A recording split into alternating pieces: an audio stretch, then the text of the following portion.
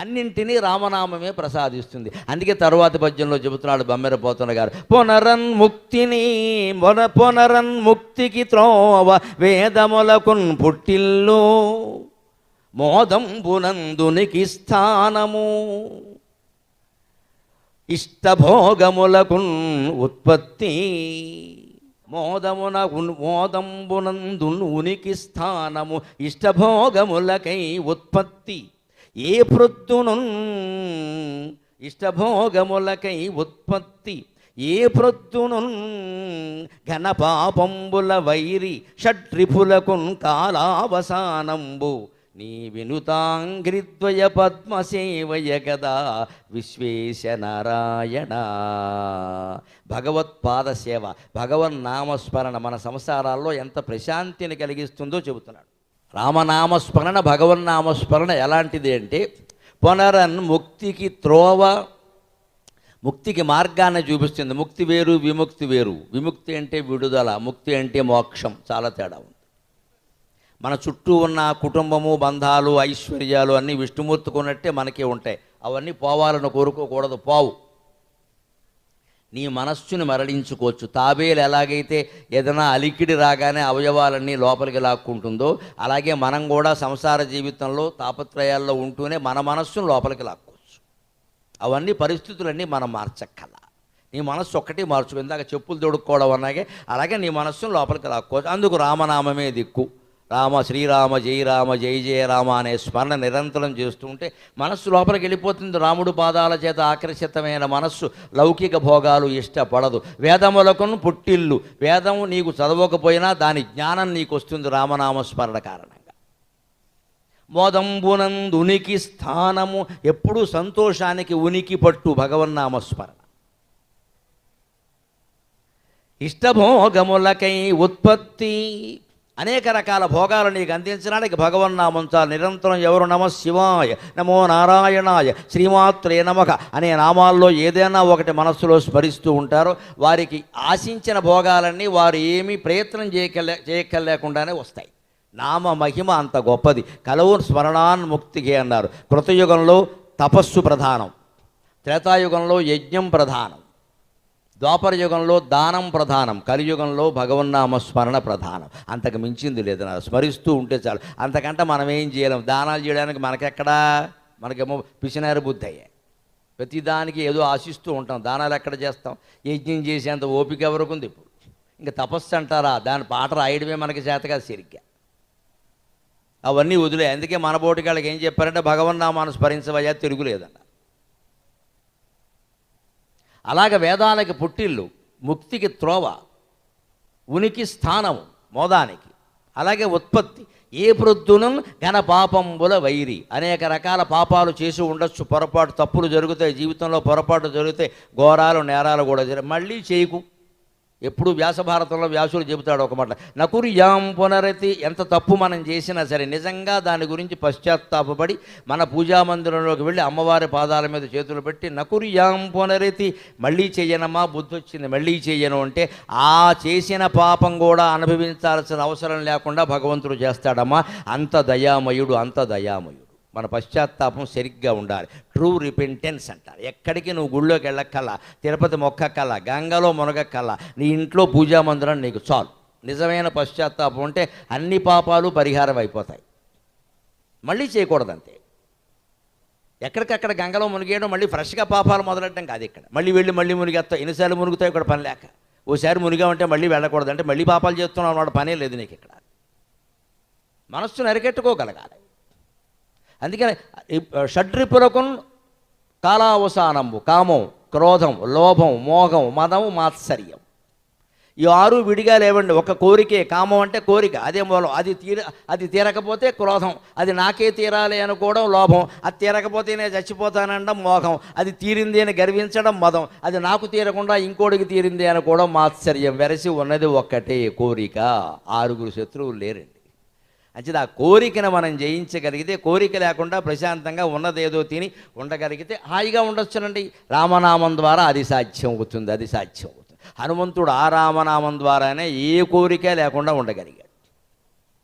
కోరికలన్నిటికీ నివారణది. అన్ని రకాల ఆ షడ్రిపులకి అది శత్రువు అవుతుంది. ఏమిటి అది? నీ వినుతాంగ్రిద్వయ పద్మసేవయ కదా విశ్వేశ నారాయణ. విశ్వానికంతటికీ ప్రభువైన ఓ శ్రీమన్నారాయణ, నీ పాదసేవ, నీ పాదపద్మ సేవ అంత గొప్పదయ్యా అన్నాడు. ఎందుకంటే ఆ పాదపద్మాలు సేవించి ఆ నామస్మరణ చేసి కాపాడబడిన వాళ్ళు ఒకరు ఇద్దరు కాదండి, 18 మంది ఉన్నారండి లెక్క. బెమ్మెరపోతున్న గారు నారాయణ శతకంలో చెబుతున్నాడు, హరుణిన్ అద్రిజను ఆంజనేయుని, హరుణిన్ అద్రిజను ఆంజనేయుని, గుహున్ అయ్యంబరీషున్ ధ్రువున్, కరిని ప్రహ్లాదు విభీషణాక్షుని, బలిన్ ఘంటాశ్రవున్ నారదున్, కరమొప్పన్ విదురున్, కరమొప్పన్ విదురున్, పరాశరసుతున్ గాంగేయునిన్, ద్రౌపదిన్ నరునిన్, నరుని అక్రూరుని, పాయకుండును భవన్నామంబు నారాయణ. 18 మందిని చెప్పాడు ఏకంగా. హరుని శివుడు, దైవాలలోకెల్లా గొప్ప దేవుడు, మహాదేవుడు, ఆదిదేవుడు. ఆయన నిరంతరం స్మరించే నామం రామనామమేనండి. శ్రీరామ రామ రామేతి రమే రామే మనోరమే, సహస్రనామతస్తుల్యం రామనామవరాననే.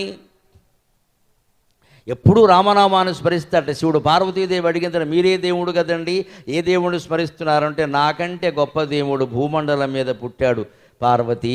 ఆయన మానవుడై పుట్టి దేవుళ్ళు సైతం నమస్కారం చేయదగిన గౌరవాన్ని పొందగలిగాడు. ఆ రాముడే నాకు దైవం అన్నట్ట. దేవుళ్ళు కూడా పూజించే దైవం సజ్జనుడు, సన్మానవుడు. మనం సజ్జనుడయ్యే ప్రయత్నం చేయాలమ్మా, పుణ్యాత్ముడు కాదు, సజ్జనుడయ్యే ప్రయత్నం చేయాలి. మన సౌజన్యాన్ని, మన సౌశీల్యాన్ని, మన మంచితనాన్ని, మన ధర్మాన్ని కాపాడుకుంటే దేవతలు మనకి దండం పెడతారండి. దేవతలకు మనం దండం పెట్టక్కల. రాముడే ఉదాహరణ. రాముడికి శివుడు దండం పెట్టాడు. నేను నిరంతరం రామనామం స్మరిస్తాను. పార్వతి కూడా ఆ రోజు నుంచి అదే మొదలెట్టు. హరుణిన్ అద్రిజను, కొండకు పుట్టినటువంటి పార్వతి. ఆంజనేయుని అందరికీ తెలుసున్నది. గుహుడు నిరంతర నామస్మరణ.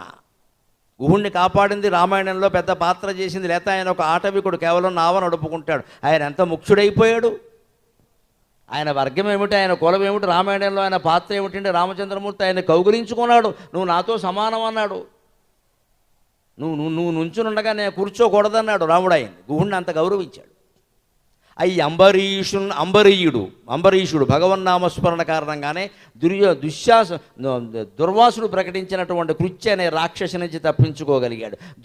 ధ్రువుడు 6 ఏళ్ల పిల్లాడు ఇంత చేస్తే భగవత్స్మరణ కారణంగానే సవతి తల్లి ప్రేమను పొందడం కాదమ్మా, ధ్రువ నక్షత్రంగా మారి శాశ్వతంగా ఉండిపోగలిగాడు. ధ్రువస్థానాన్ని పొంది లక్షల ఏళ్ళు ఉండిపోగలిగాడు.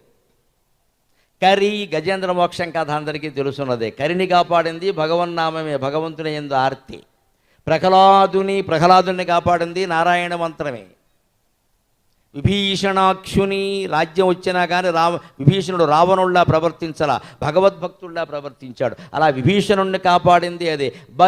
బలిచక్రవర్తిని పాతాళానికి అధిపతం చేసింది, దాతల్లో గొప్పవాళ్ళని చేసింది భగవన్నామమే. అంతేకాదు ఘంటాశ్రవుడు, ఇదో విచిత్రమైన కథ, హరివంశంలో ఉంటుంది ఈ కథ. ఘంటాకర్ణుడు అంటారు. కర్ణుడు అనే మాట ఇక్కడ ఛందస్సులో పట్టదు కాబట్టి ఘంటాశ్రవుడు అని రాశారు ఈ శతకంలో. ఆయన ఒక భక్తుడు, ఆయన ఆటవికుడు, ఎప్పుడూ అడవుల్లో ఉంటాడు. శ్రీకృష్ణుడికి చూశాడు ఆయన. ఆ రాక్షసుడు ఎలా ఉండేవాడంటే చెవులకి గంటలు కట్టుకునేవాట. గణ గణ గణ గణ మోగుతూ ఉండేవాడు. శ్రీకృష్ణుడు ఆయన్ని కలిసి, ఏమిటయ్యా, ఏమిటి ఇలా గంటలు కట్టుకున్నావంటే, నాకు భగవన్నామం తప్ప మరి ఏమీ వినపడకూడదని చెవులకు గంటలు కట్టుకున్నాను అన్నట్టు. ఘంటాకర్ణుడు అంటారు.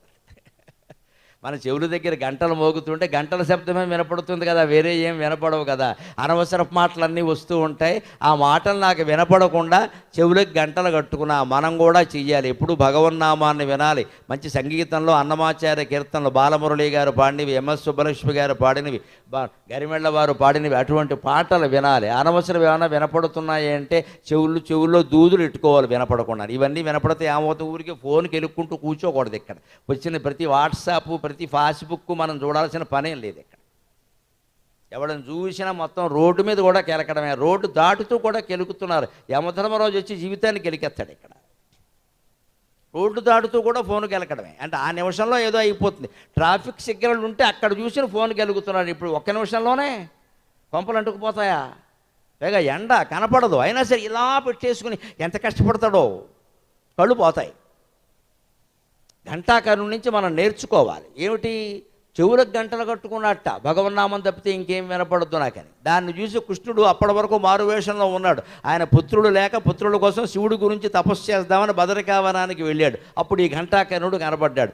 రాక్షసుడిని చూసి బుద్ధి తెచ్చుకోవాలి జనమంతా. రాక్షసులు అంటారేమిటి, ఎంత గొప్పవాడు, భగవన్నామం తప్ప ఇంకేమీ వినపడద్దని చెవులకు గంటలు కట్టుకున్నట్టని ఆయన ఎందుకు దయ్యగలిగి అప్పటికప్పుడు తన రూపాన్ని తాను ధరించి నువ్వు స్మరించేటువంటి భగవంతుడిని నేనేనయ్యా అని శ్రీమన్నారాయణమూర్తి శ్రీకృష్ణుడుగా సాక్షాత్కరించాడు రాక్షసుడికి. ఆ రకంగా ఘంటాశ్రవుని నారదుడిని ఎలా అనుగ్రహించాడో నిరంతర నామస్మరణ ద్వారా అందరికీ తెలుసున్నదే ఆ విషయం. అలాగే నారదుడిని కరమొప్పన్ విదురుని ఎలా అనుగ్రహించాడో భక్తునిగా అందరికీ తెలుసు. పరాశరసుతున్ పరాశర మహర్షి కుమారుడైన వ్యాసుడి చేత భారత భాగవతాలన్నీ రాయించింది, 18 పురాణాలు రాయించింది, వేదాలు విభజింపజేసింది శ్రీమన్నారాయణమూర్తే కదండి. నారాయణమూర్తి యొక్క అంశయే వేదవ్యాసుడు. శివుని యొక్క అంశయే శంకరాచార్య స్వామి అంటారు. విష్ణువు యొక్క అంశయే వేదవ్యాసుడు. అందుకని వేదవ్యాసుడిని అనుగ్రహించాడు. గాంగేయుని భీష్ముడిని ఎలా అనుగ్రహించాడో అందరికీ తెలుసు. కేవలం ఒక్క పిలుపు మాత్రం చేతనే దుశ్శాసనుడు చేసేటువంటి అవమానాన్ని నుంచి ద్రౌపదీదేవిని కాపాడాడు. నరుని అక్రూరుని అర్జునుని యుద్ధంలో గెలిపించేలా చేసింది శ్రీకృష్ణుడే కదా, లేకపోతే ఈయన గెలవగలడా? అక్రూర వరద గోవిందా, ప్రహ్లాద వరద గోవిందా అంటారు భజన చేస్తే. అక్రూరుణ్ణి నిజంగానే అక్రూరుడుగా సౌమ్యంగా మార్చింది కూడా శ్రీకృష్ణుడే. అంతమందిని కాపాడింది నీ నామమే కదయ్యా. నరుణక్రూరుని బాయకుండును భవన్నామంబు నారాయణ. అటువంటి నామం, అటువంటి రూపం మన మనస్సులోంచి కదలకుండా ఉండాలి. అందుకోసం బెమ్మరిపోతున్న గారు ఏం చెబుతున్నారంటే, ఎక్కడ నువ్వు భక్తుల మనస్సుల్లో ఆనందంగా నటించావో అలాగే నా మనస్సులో నటించవయ్యా అంటున్నాడు ఆయన.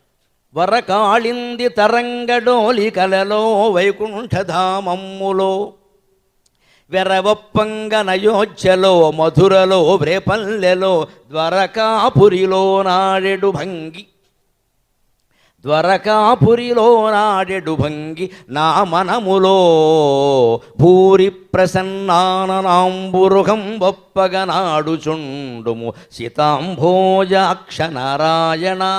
సీత అంభోజాక్ష, తెల్ల తామర పువ్వుల కంటి నేత్రాలు కలిగిన ఓ శ్రీమన్నారాయణ, నువ్వు వాళ్ళందరినీ కాపాడావు కదా, అలాగే నన్ను కాపాడవయ్యా అని మనం ప్రార్థన చేయాలి. ఎక్కడెక్కడ భగవంతుడు విహరించాడండి? వరకాళింది తరంగడోలికలలో. కాళింది అంటే నల్లని నది, యమునా నది. గంగా నది తెల్లగా ఉంటుంది, యమునా నది నల్లగా ఉంటుంది. ఆ నీళ్ల రంగులో తేడా, రెండూ పవిత్రమైనవే. గంగా నదీ తీరంలో రామచంద్రమూర్తి విహరించాడు, ఋషులందరూ విహరించారు. యమునా నదీ తీరంలో దేవాది దేవుడు శ్రీకృష్ణ పరమాత్మ విహరించాడు. ఆ యమునా నది ఎంత పుణ్యం చేసుకుంది నిజంగా. గర తారవర కాళింది తరంగడోలికలలో. యమునా నదీ తరంగాల మీద నువ్వు నాట్యం చేసేవే.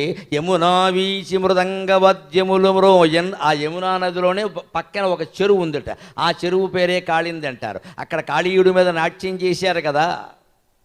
యమునా వీచి మృదంగవద్యములు మ్రోయన్ తీర గోపౌఘ హర్షమనోజ్ఞధ్వనితంబు గేయముగా చెంచత్కాళియ వ్యాళభోగ మహారంగతలంబునన్ పటుగతిన్ కంజాక్షు నిర్మర్దనాట్యము హృదయాద్భుత భీమమై బరగ దివ్యశ్రేణి సూచన్ దివిన్ అని కాళీయుని మీద నాట్యం చేశాడే. ఆ రకంగా కాళింది తరంగాలు ఎంత పుణ్యం చేసుకున్నాయో అలాగే నా మనస్సులో ఆడవయ్యా వైకుంఠధామంబులో, వైకుంఠధామంలో ఉన్నట్టుగా. ఇంకా మనకి పుణ్యక్షేత్రాలు వెర్రవొప్పంగా అయోధ్యలో.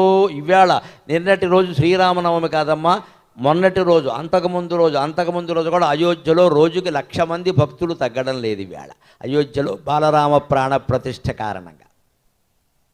ఇక ముందు మనం తప్పనిసరిగా చూడవలసిన పుణ్యక్షేత్రాల్లో అయోధ్య ఒకటిగా మారింది. మనం అందరం సంతోషించాలి. ఎప్పుడు వీలైతే అప్పుడు వెళ్ళి దర్శనం చేసుకోవాలి.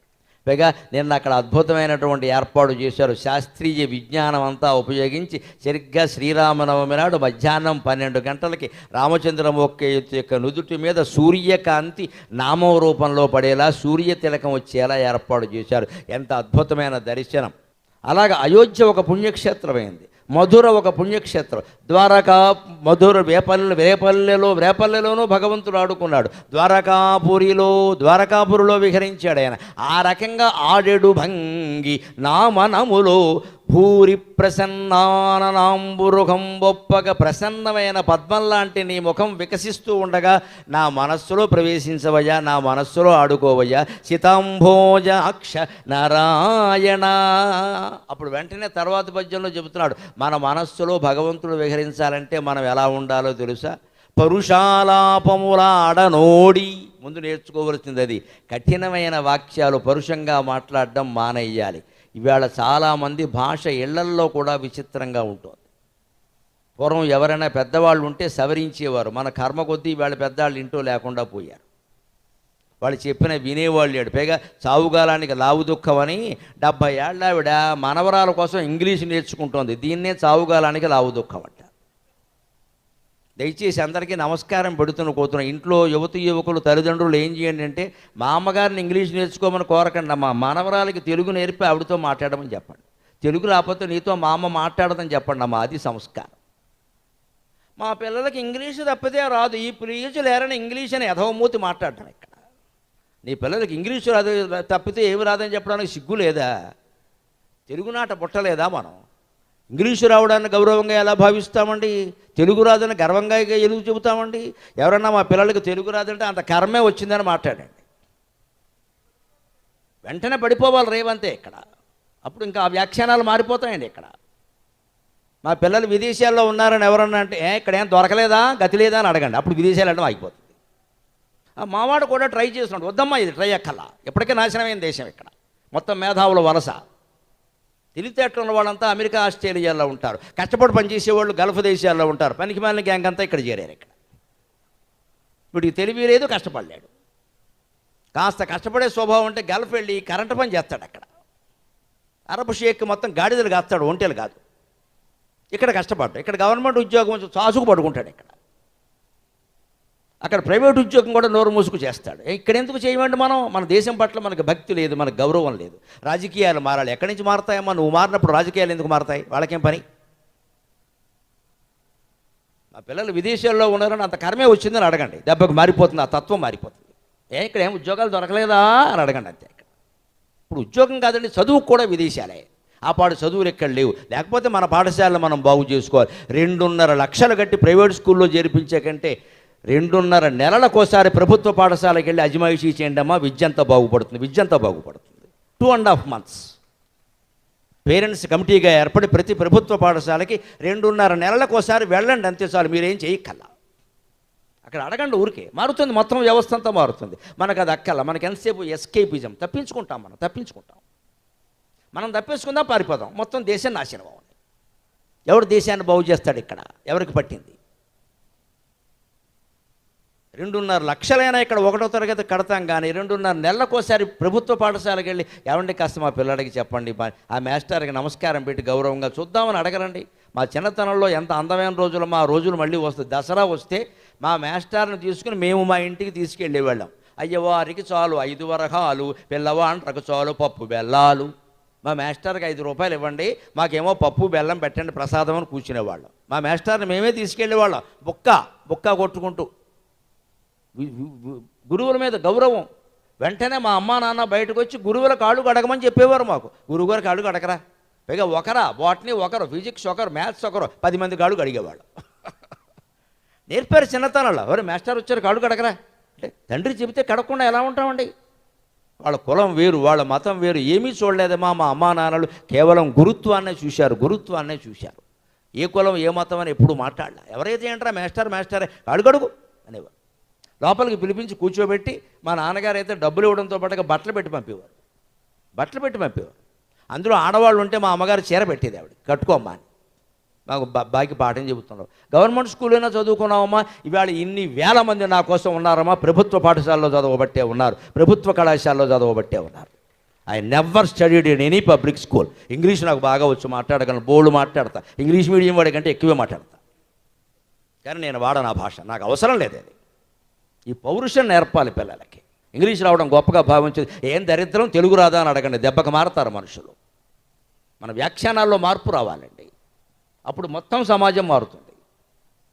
దానికి ఇదే కారణం. ఇక్కడ పరుషాలాపములు, ఆ పరుషాలు కూడా మన భాషలో ఉండవు, ఇంగ్లీషులో మాట్లాడతాడు ఇక్కడ. పరుషాలాపములాడనోడి మదిని పాదార్చనారంభుడై నిరసించేరికి కీడు చేయక మదిన్ నిర్ముక్త కర్ముండునై పరమానంద విషాదముల్ సమముగా భావించి వీక్షించు అపరమజ్ఞాని భవత్కృపన్ వరయు ఓ పద్మాక్ష నారాయణ అంటున్నాడు. భగవత్ ప్రేమను పొందాలి అంటే ఈ లక్షణాలు ఉండాలి. పరుషాలాపములాడనోడి, నోట్లోంచి కఠిన వాక్యాలు రాకూడదు, చాలా మృదువుగా మెత్తగా మాట్లాడాలి. కుటుంబంలో ఎప్పుడు మాట్లాడినా ఖచ్చితంగా మాట్లాడాలి, కఠినంగా మాట్లాడక్కర్లేదు ఎక్కడైనా సరే. ఇలా సభల్లో మాట్లాడవలసి వస్తే ఖచ్చితంగా చెప్పాలి. అక్కడ మృదువుగా మాట్లాడితే నడవదు వ్యవహారం ఇక్కడ. ఎందుకంటే ఇన్ని వేల మంది ఉండాలి ఇక్కడ. చెప్పేది ఖచ్చితంగా చెప్పాలి, బాధలు కూడా చెప్పాలి. అలా ఖచ్చితంగా చెప్పే అలవాటు నాకు ఉండబట్టి ఈవేళ నేను ఆశ్చర్యపోతున్నానమ్మా. ఒక పెట్రోల్ బంకు దగ్గర ఆగితే ఆ బంకులో పెట్రోల్ పట్టే కుర్రాళ్ళంతా వచ్చి కాళ్ళకి దండం పెట్టి ఫోటో దిగుతున్నారమ్మా. ఏమి యోగం పట్టిందిరా అనుకున్నాను. ఏమి యోగం, వాళ్ళకి నేను తెలవడం ఏంటండి, వాళ్ళ పద్ధతి ఏమిటి, వాళ్ళ వృత్తి ఏమిటి, నేనేమిటి. పైగా నేను ప్యాంటు షర్ట్లో ఉంటే గుర్తుపడుతున్నారు వాడు. ఇలా అయితే కాదు, ప్యాంటు షర్టు బయటికి వెడితే అలాగే ఉంటాను నేను. వీలైతే టోపీ కూడా పెట్టేస్తాను ఎవడు రాకుండా. లేకపోతే ఈ ఫోటోలు కూడా ఎక్కువ కదా ఇక్కడ. అయినా సరే గుర్తుపట్టేసి మీరు అంటున్నారు. నేనేనైనా నా శీలాన్ని శంకించకని చెబుతున్నాను. కొంచెం ఏదో గుర్తొచ్చిందనమాట. లారీ డ్రైవర్ అండి, ఇందాక వస్తుంది లారీ ఉడుతుంది పక్కన. లారీ డ్రైవర్ గురుగారు అంటున్నాడు. ఓరు నీళ్ళు బంగారంగా, నీకు నేను అవసరమేనా అన్నాను. నేను కేవలం సగర్వంగా చెబుతున్నానమ్మా, నా కృషి వల్ల కాదండి, భగవత్ ప్రార్థన వల్ల పట్టిన యోగం ఇది. భగవత్ ప్రార్థన వల్ల పట్టిన యోగం ఇది. ఇక్కడ నా కార్యక్రమాలు ఎప్పుడూ పెట్టించేటువంటి కార్యకర్తలు ఉన్నారు, వారికి తెలుసు 10-15 ఏళ్ళుగా ఎంత కష్టపడుతున్నామో ఈ రంగంలో కొత్తదనం కోసం. కార్యకర్తలు అడిగితే ఉమ్మడి కుటుంబ వ్యవస్థ అని 4 మాటలు చెప్పేచ్చామా, సొల్లు కబుర్లు లేదు. నేను నారాయణ శతకం చెబుతానని చెప్పా. ఎందుకంటే కనీసం కొన్ని 7-8 పద్యాలు చెప్పాలి, మంచి కవిత్వాన్ని పరిచయం చేయాలి, సాహిత్యం చెప్పాలి. నేను చెప్పే మాటలు మీ మాట ఎలా ఉన్నా నాకు ముందు ఫ్రెష్గా ఉండాలి, తాజాగా ఉండాలి, కొత్తగా ఉండాలి. నిన్న చెప్పింది ఎక్కడ వాగితే దేనికి వాగడం ఇక్కడ. ఎప్పటికప్పుడు ఆ కొత్తదనం కోసం కృషి చేస్తూ ఉన్నాం కాబట్టి వేళ అంతమందిలో గౌరవాన్ని పొందుతున్నామమ్మా. యువకులు 15 ఏళ్ల నుంచి 25 ఏళ్ల లోపు వాళ్ళు వస్తున్నారు సమాజ సభలకు ఎక్కువగా. బళ్ళారిలో మొన్న ఆంజనేయ స్వామి మీద రామాంజనేయం భీమాంజనేయం అని 2 అంశాల మీద 3 రోజులు మాట్లాడితే వచ్చిన 2000 మంది జనంలో 600 మంది 15 to 40 అండి వయస్సు. 15 to 40. నేనే ఆశ్చర్యపోయాను చూసి, వీళ్ళకి నేనేం అందించగలను. 2000 మందిలో 600 మంది పైన ఉన్నారు. కార్యకర్తలు లెక్కటి చెప్పారు, మొత్తం యువతరం అంతా మీ వెనక. నాకు అపారమైన విశ్వాసం ఉందమ్మా, భవిష్యత్ భారతం బాగుంటుంది ఖచ్చితంగా. పిల్లల్ని ప్రోత్సహించండి, తెలుగు నేర్పండి, పురాణాలు నేర్పండి, సంస్కారం నేర్పండి. నా ప్రయత్నం నేను చేస్తున్న ఒక వ్యక్తిగా, తల్లిదండ్రులుగా మీరు సహకరించండి. మీరు వాళ్ళని చెడగొట్టకండి దయచేసి. ఇంగ్లీషు విదేశాలు ఈ మాట రావద్దంట అసలు. మన దేశం, మన ఊరు, మన భాష, మన సంస్కృతి. మనకి ఏదైనా 4 ఇళ్ళు ఉంటే చూసుకోమని పిల్లలకి చెబుతాం కదండి. ఆస్తి ఇచ్చేటప్పుడు మనకి పొలం ఉంటే కాపాడుకోమని చెబుతాం కదా. మనకి స్థలం ఉంటే కాపాడుకోమని చెబుతాం కదా. మన భాషని సాహిత్యాన్ని కూడా కాపాడుకోమని చెప్పాలి. ఈ పొలాలు, ఇళ్ళు, స్థలాలు, బంగారాలు ఉంటాయో ఉండవో తెలియదు. భాషా సాహిత్యం శాశ్వతంగా ఉంటాయి. పిల్లలకి ఇచ్చే ఆస్తులు అవే. మనం ఈ డబ్బులు కాదండి ఎంతసేపు ఇక్కడ. అవి నేర్పాలి. అవి ఆస్తులు. పొలం కాపాడుకుంటున్నాం, ఇల్లు కాపాడుకుంటున్నాం, స్థలం కాపాడుకుంటాం, భాష కూడా కాపాడుకోవాలి, సాహిత్యం కూడా కాపాడుకోవాలి, మన హిందూ ధర్మాన్ని మనం కాపాడుకోవాలి. లేకపోతే ఎక్కడి నుంచి ఉంటాయి ఇవన్నీ? ఈ పురాణాలు ఎవరు చెప్తారండి? ఆ గుర్తింపు ఉండబట్టే కదా మేము వచ్చి చెబుతున్నది. ఇది తల్లిదండ్రులు నేర్పాలి ఖచ్చితంగా. ఇదే ముందు నేర్చాలి. ముందు పరుషమైన మాటలాగిపోవాలి. మదిని నీ పాదార్చనారంభుడై భగవత్ పాదసేవ పిల్లలకి నేర్పాలి. పిల్లల్ని తొందరపెట్టి స్కూల్ బస్సు కోసం నోట్లో కుక్కేసి పంపడం కాదమ్మా. అంతకంటే 10 నిమిషాల ముందు లేపండి. 10 నిమిషాలు ఎక్కువ అక్కల్లా. ఈ తల్లి కానీ తండ్రి కానీ పొద్దున స్నానం చేసి దేవుడి దగ్గర దీపం పెట్టండి. దేవుడికి దండం పెట్టుకుంటే కానీ, బూట్లు విప్పి దేవుడికి దండం పెట్టుకుంటే కానీ బడికి వెళ్ళడానికి వీల్లేదని చెప్పండి అమ్మా. అద్భుతంగా రామచంద్రమూర్తిలా తయారవుతాడు ప్రతి అబ్బాయి తయారవుతాడు, ప్రతి అమ్మాయి తయారవుతుంది. ఆచారాలు మనం నేర్పాలి. వాడికి స్కూల్ ముఖ్యం అయిపోయిందమ్మా. వాడికి స్కూల్ ముఖ్యం, మనకి కూలీ ముఖ్యం. ఇక్కడ నాశనం అయిపోయింది జీవితం. ఇక్కడ పొద్దున్న లేవగానే దేవుడికి దండం పెట్టారు, దేవుడి దగ్గర దీపం పెట్టారు, అసలు 9 వరకు లేవరు. అప్పటి వరకు స్నానాలు చేయరు. ఈ దరిద్రపు గుడ్డలతోనే కూర్చుంటారు పెద్దాళ్ళు కూడా. ఏదో కూరలు కొన్నా నారలు కొన్నా ఈ గుడ్డలతోనే వాడికి దర్శనం అక్కడ. 6లోగా దంపతులు స్నానాలు ముగిసిపోయి బట్టలు మార్చేసుకోవాలండి, ఉతికిన బట్టలు. అప్పుడు పిల్లలకు ఆదర్శంగా ఉంటుంది, మా అమ్మ లక్ష్మీదేవిలా ఉంది, మా నాన్నగారు శ్రీమన్నారాయణమూర్తిలా ఉన్నారు అని అనుకోవాలమ్మా. అప్పుడు మంచి పిల్లలు తయారవుతారు. మనకే బద్ధకాలు ఉంటే వాళ్ళు ఎక్కడ తయారవుతారు? ఇదే మది నీ పాదార్చన ఆరంభుడై. పాదార్చన అంటే కూర్చుని కాళ్ళు గడగడం, దేవుడు విగ్రహాలు కాళ్ళు గడగడం కాదండి. దేవతార్చన చెయ్యాలి, దేవుడికి దండం పెట్టాలి, అక్కడ ఉండాలి. అది నేర్పాలి పిల్లలకి.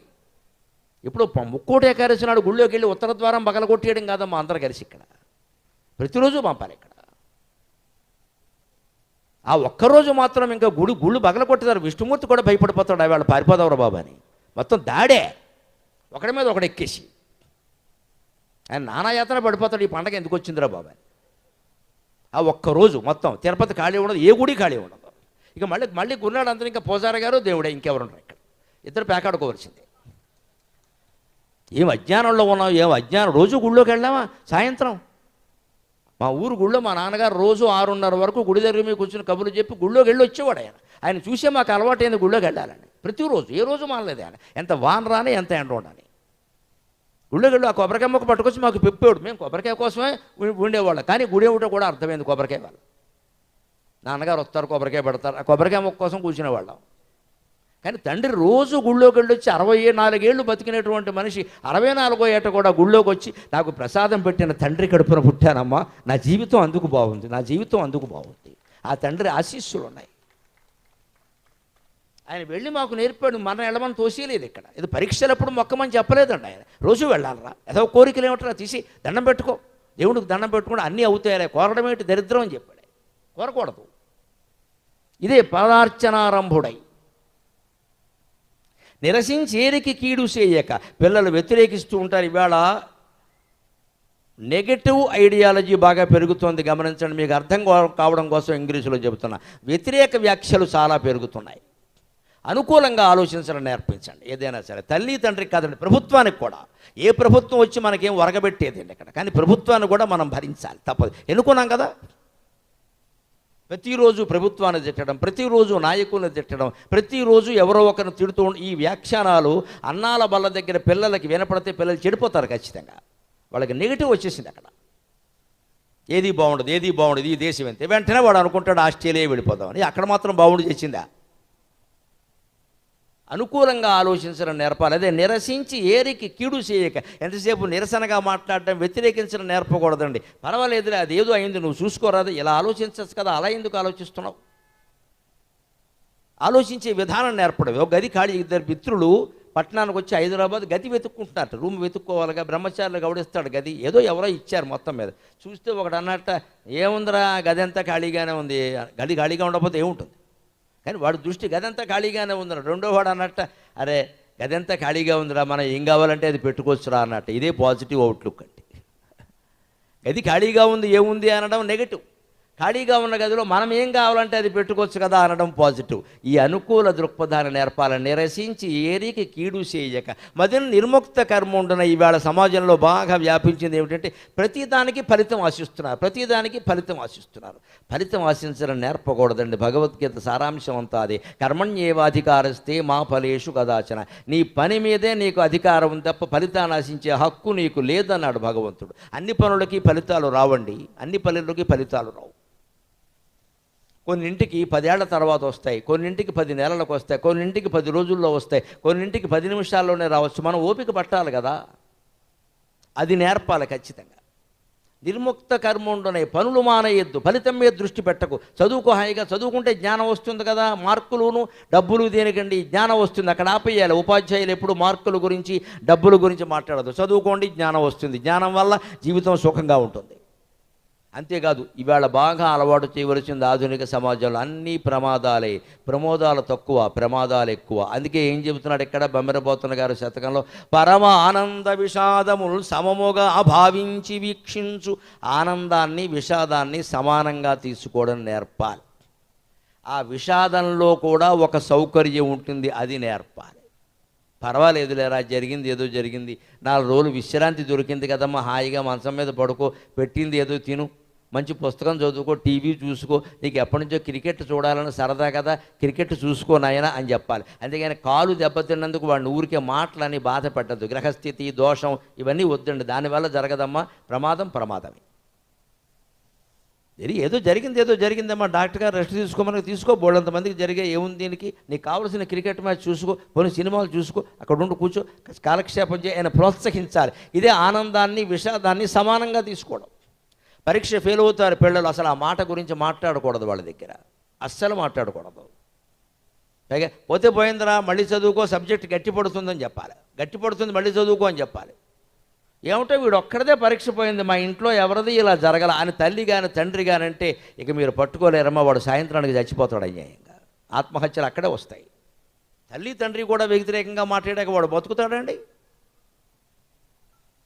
ఖచ్చితంగా దాన్ని తీసిపారా, పెద్ద విషయం కాదు రాదే, అది ఎందుకంత బాధపడుతున్నావు, దాంట్లో ఏముంది, ఇంకోసారి రాసుకొచ్చామా, లేకపోతే ఇంకో కోర్సులో చేరదాం, బోల్డ్ అవకాశాలు ఉన్నాయి, there are so many chances, బోల్డ్ అవకాశాలు ఉన్నాయి, ఒకటే దారా, జీవితంలో 100 దారులు ఉంటాయి అని చెప్పాలి, ప్రోత్సహించాలి. అదే చెబుతున్నాడు అక్కడ, ఆనంద విషాదాలు సమానంగా భావించాలి. అటువంటి పరమయోగికి నువ్వు కనపడతావు కానీ మామూలు వాళ్ళకి ఎందుకు కనపడతావయ్యా అన్నాడు. ఇప్పుడు చివరిగా ఇంకొక మాట చెబుతున్నాడు, మనం అంతా గుర్తుపెట్టుకుంది. భగవంతుడు పాదాలు ఆశ్రయిస్తే ఎటువంటి పాప ఫలాలు మనం అనుభవించక్కల్లా. నిశ్చింతగా భగవత్పాదాలు ఆశ్రయించి మనం చేసిన తప్పులు ఆయన పాదాల దగ్గర సమర్పించి ఇంకా చెయ్యను నా జీవితాన్ని కాపాడమని కోరాలి. అది ఎలా కోరాలో చెబుతున్నాడు ఇక్కడ. పరిపంధి క్రియనెత్తి వెంటబడునా పాపాళి తూలించి నీ శరణాబ్జస్థిత పంజరం శరణేచ్ఛంజొచ్చితిన్ కావుమి పరిపంధి క్రియనెత్తి వెంటబడునా పాపాళి తోలించి నీ శరణాబ్జస్థితి పంజరంబు శరణేచ్ఛంజొచ్చితిన్ కావుమి బిరుదుంజూడుము మీరు చూడగ భవద్భృత్యుండు దుఃఖంబులన్ వరయన్ మీకపకీర్తిగాదే.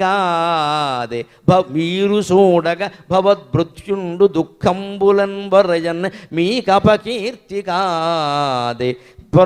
దుఃఖంబులన్ వరయన్ మీకపకీర్తిగాదే. కనగా పుణ్యాత్మ నారాయణ మీ పొరయన్ మీకపకీర్తిగాదే. శరదంభోజాక్ష నారాయణ శరత్కాలంలో వికసించిన పద్మాల వలె అందమైన నేత్రాలు కలిగిన శ్రీమన్నారాయణమూర్తి, నేను చేసిన పాపాలు నన్ను వెన్నంటి వస్తున్నాయి. పరిపంధి అంటే శత్రువులాగా వేటాడుతున్నాయి.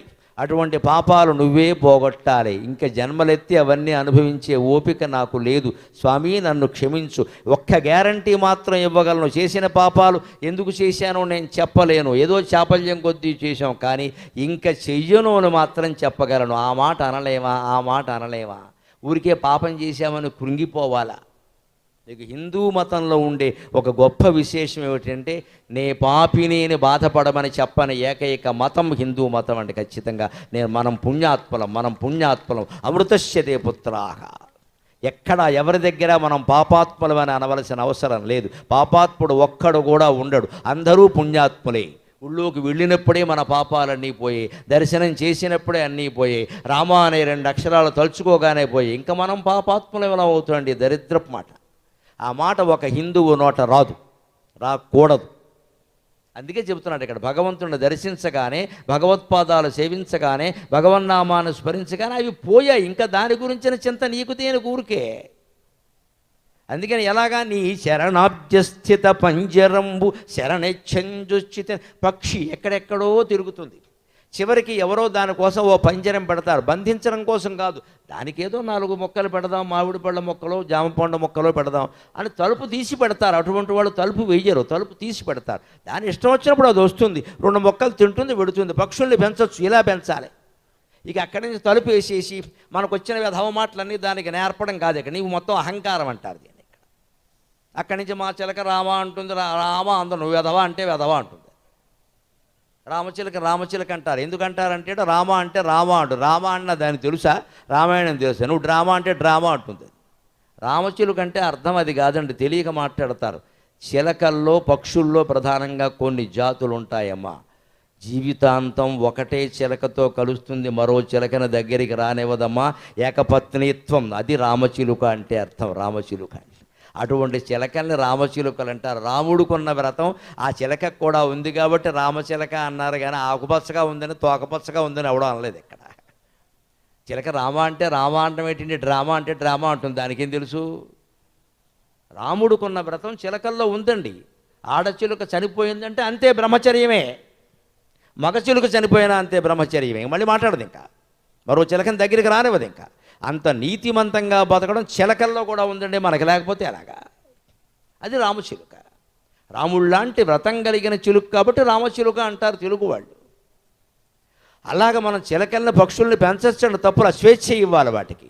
ఏదో ఒక ఆవాసం ఏర్పాటు చేస్తాం, ఆ సమయానికి వస్తాయి. ఏదో మామిడి పళ్ళ మొక్కలు జామ పళ్ళ మొక్కలు పెడతాం, వెళ్ళిపోతాయి. మళ్ళీ ఏదైనా తుఫాను వస్తే ఎండ బాగా ఉంటే వచ్చి ఉంటాయి, అంతే. మనం బంధించడానికి మనకు హక్కు లేదు. అలా చేస్తే మన పిల్లలు బంధీకృతులు అవుతారండి శాస్త్రం చెప్పిన మాట. ముఖ్యంగా హైదరాబాదులో ఉండే సమస్య చెబుతున్న పావురాలు గూళ్ళు పెట్టి పిల్లల్ని పెట్టకముందే చూడండి. పెట్టాక ఆ గూడు కనుక తీసామంటే పిల్లలతో విభేదం వచ్చి తీరుతుందమ్మా. ఇట్స్ నాట్ సెంటిమెంట్, ఇది ప్రాక్టికల్. పావురాలు శపిస్తాయి. మన ఏసీ గోళ్లలో పావురాలు గూళ్ళు పెడతాయి. పెట్టకముందే జాగ్రత్త పడండి. ఎక్కడో ఒకటి పెట్టుకుంటే మనకు అనవసరం. ఒకవేళ పెట్టాయి చచ్చినట్టు ఆ పావురాలు ఎదగడానికి 15 రోజుల్లో నెలల్లో పడుతుంది. అంతవరకు కాపాడాల్సిందే, తొయ్యకూడదండి. అది మహాపాపం. అలా చేస్తే అనుమానం ఏమీ లేదు, నెల తిరగకుండా మన పిల్లలతో మనకి విభేదాలు వచ్చి గొడవలు అయిపోతాయి. ఎందుకంటే ఆ తల్లి పిట్ట శపిస్తుంది, నా పిల్లల్ని కింద పడేసాడు, వీడి పిల్లలు వీడికి దక్కరు. పశువులు ఇచ్చేటువంటి శాపాలు జరిగితే దాన్ని ఉస్సురు అంటారు, దాన్నే ఉస్సురు అంటారు. అమాయక ప్రాణులవి. అది ఏసీ అని అక్కడ పెట్టకూడదని దానికి ఏం తెలియదండి. దానికి ఏదో చోటు దొరికింది పెట్టింది. అది సాధారణంగా పెట్టకుండా చోటు అంత కూడా అక్కల పోనీ పెట్టనేయండి, అయిపోనియండి, కాస్త భరిద్దాం. 15 రోజులు 20 రోజులు మించి ఉండవండి, అక్కడ ఎగిరిపోతాయి. ఈ లోపల అది పాపం రోజు వచ్చి దాన్ని తిండేది పెట్టుకుంటుంది. నిన్నేమి స్విగ్గీ జొమాటో నుంచి తెమ్మని చెప్పలేదుగా, ఆర్డర్ పెట్టు మా పావురానికి అని మనం పెట్టుకుంటాం కదా ఆర్డర్. అదేం లేదే, దాన్ని తిండి తెచ్చుకుంటాం. తల్లి కష్టపడి పెట్టుకుంటుంది. మనకేం కొంపలంటుకుపోయే, కసకోకోవా అంటే కొంపలంటుకునే. పెట్టకుండా చూసుకోవచ్చు. లేదు వాటి వల్ల రోగాలు వస్తాయంటే పెట్టకుండా చూసుకోవచ్చు. లేదు పెట్టింది. ఆ పిల్లలు ఎదిగే వరకు ఏమనడానికి వీల్లేదండి. ఎదిగి వెళ్ళిపోయాక ఆ గూడు తోసే, ఇంకా లేవని నిర్ధారించుకొని 2 పెట్టెలుంటే 2 ఎగిరిపోయాక తోసే. పావురాలకు ఒక లెక్క ఏమిటో తెలుసా, నేర్చుకోవాలి నిజంగా. పావురం ఒక మహాయోగి. పిల్లలకి రెక్కలు వచ్చే వరకే పెంచుతుంది, రెక్కలు వచ్చిన తర్వాత మళ్ళీ మర్చిపోతుందమ్మా. మనం రెక్కలు వచ్చే వరకు అశ్రద్ధ చేస్తున్నాం. 10 ఏళ్ళు 15 ఏళ్ళు పిల్లల్ని హాస్టల్లో బారేస్తున్నాం. వాడికి పెళ్లి చేశాక మాత్రం మా అబ్బాయి ఏమిటో పెళ్ళయ్యాక ఫోన్ చేయడం మానేశాడని ఎవరి మీదో నేరారోపణ చేస్తున్నాం. రెండూ తప్పులే. చూపించవలసిన సమయంలో శ్రద్ధ చూపించట్లా. వాడు పెళ్లి వాడు చేసుకుని సుఖంగా ఉంటే వాడికి పొల్లెడుతున్నాం మనం. ఎక్కడ మనకు ఫోన్ చేయట్లే, మనకు ఏం ఫోన్ చేయకపోతే నోరు మూసి కూర్చోరాదా. ఇదివరకు మనం ఎలా పెంచాం, మనకంటే దూరంగా ఉండేలా పెంచాము. ఇప్పుడు వాడు ఎందుకు చేస్తారండి, వాడి పెళ్ళం వాడికి దొరికింది కూర్చున్నాడు ఊరుకో. వాడు సుఖంగా ఉండమే మనకు కావాలి కదా. లేదండి, మనతో మాట్లాడాలి, మనతో పాముకోవాలి, రోజు ఇక్కడ ఉండాలి. వాడు సుఖంగా ఉండడం కాదు మనకు కావాలి, మన పెత్తనం నడవాలి. ఈ కాంక్ష పెద్దాళ్ళు కూడా వదులుకోవాలి. వాడికి ఇష్టం వచ్చిన పెళ్లి వాడు చేసుకున్నాడు, వాడు సుఖంగా ఉన్నాడు కదా, ఉండని నువ్వు కల్పించుకోకూడదు, బాగానే ఉంటాడు. మనం నడవాలి. ఇక్కడ పావురాలను చూసి నేర్చుకోవాలండి. కష్టపడి పెంచుతాయి. నెలల్లో 15 రోజులు అయ్యేసరికి పక్షులు ఎగిరిపోతాయి. ఇంకా పిల్లలు ఎక్కడికి వెళ్ళి అనేది పట్టించుకోదండి. అది మళ్ళీ ఇంకో పిల్లని కంటుంది అంతే. అది లేకపోతే ముసలిదైతే ఊరుకుంటుంది. ఈ మహాయోగిత్వాన్ని పావురాల నుంచి నేర్చుకోవాలి. అందుకే పిల్లలతో అనుబంధం బాగుండాలంటే పశువులకి గడ్డి వెయ్యాలి, ఆవుకి గడ్డి వెయ్యాలి, కుక్కకి రొట్టె వెయ్యాలి, పావురాలకి ఇంత ఏవో జాంపళ్ళ మొక్కలు లాంటివి పెట్టాలి. పశువుల్ని పక్షుల్ని పోషించాలి. ఎంతవరకంటే వాడి స్వేచ్ఛకు ఆటంకం కలగకుండా. అలాగే చరణంబను పంజరం, నీ పాదాలనే పంజరంలోకి పక్షిలో వచ్చి చేరానయ్యా, నన్ను కాపాడవయ్యా అని. అలా నువ్వు కూడా కాపాడకపోతే ఈయన చివరికి ఎమోషనల్ బ్లాక్మెయిలింగ్ అంటారు ఇంగ్లీషులో దీన్ని. భావోద్వేగంతో దేవుణ్ణి పడేస్తున్నాడు. స్వామి బిరుదుంజూడుము, పెద్దగా నన్ను కాస్త కాపాడుకోవయ్యా. ఎందుకంటే మీరు చూడగ భవద్భృత్యుండు కష్టంబులన్ బొరజన్, మీకు అపకీర్తిగా అదే శరదంభోజక్ష నారాయణ. నువ్వు చూస్తుండగా నీ భక్తుడు కష్టాలు పడుతున్నాడంటే నిన్నే అంటారయ్యా, రేపు మీడియాలో వచ్చేస్తుంది మొత్తం అంట. ఈయన రామభక్తుడు అయినా సరే కష్టాలు పడ్డాడంటే ఇక రాముడి గుడిలోకి ఎవడో రాడు, మొత్తం గుడికి అడైపోతుంది. భగవంతుడు కాపాడుతాడంటే మనం పూజలు చేస్తాం, గుళ్ళో కడతాం, కానీ కాపాడంటే చేస్తావా? అందుకని నన్ను కాపాడకపోతే నీకే నష్టం. దీన్నే బ్లాక్మెయిలింగ్ అంట. మహాకవులు ఇటువంటి పని కూడా చేస్తారు. నీ భక్తున్నై ఉండి కూడా నేను కష్టాలు పడుతున్నాను అంటే అది నీకే అవమానం కదయ్యా. పైగా శరదంభోజాక్ష, శరత్కాలంలో వికసించినటువంటి నేత్రాలు కలిగిన రామచంద్రమూర్తి అంటున్నాడు ఇక్కడ. అంటే అంత పెద్ద పెద్ద కళ్ళు ఉన్నది ఎందుకు? ఆడాళ్ళకి పోజు కొట్టడానికి ఏంటి, మమ్మల్ని కాపాడడానికి అని చెప్పాడు. అంత పెద్ద పెద్ద కళ్ళు ఎందుకు ఉన్నాయి? మమ్మల్ని కాపాడడానికే, వచ్చిపోయే వాళ్ళకి దర్పం ప్రదర్శించడానికా అని ఆయన్ని ఆక్షేపిస్తున్నాడు. అంత శరత్కాల పద్మాల్లో ఉన్నాయి, మమ్మల్ని కాస్త కనిపెట్టి కాపాడవయ్యా. ఇంత అందమైనటువంటి స్తోత్రం నారాయణ శతకం. దాని ద్వారా మీ కుటుంబాలు శాంతిగా ధైర్యంగా ఉండడానికి ఏమాత్రం అవకాశం కలిగినా నేను ధన్యుణ్ణి. నాకు ఈ 4 మాటలు నేర్పిన మా అమ్మ ధన్యురాలు. జై శ్రీరామ్, జై శ్రీరామ్, జై శ్రీరామ్. స్వస్తి.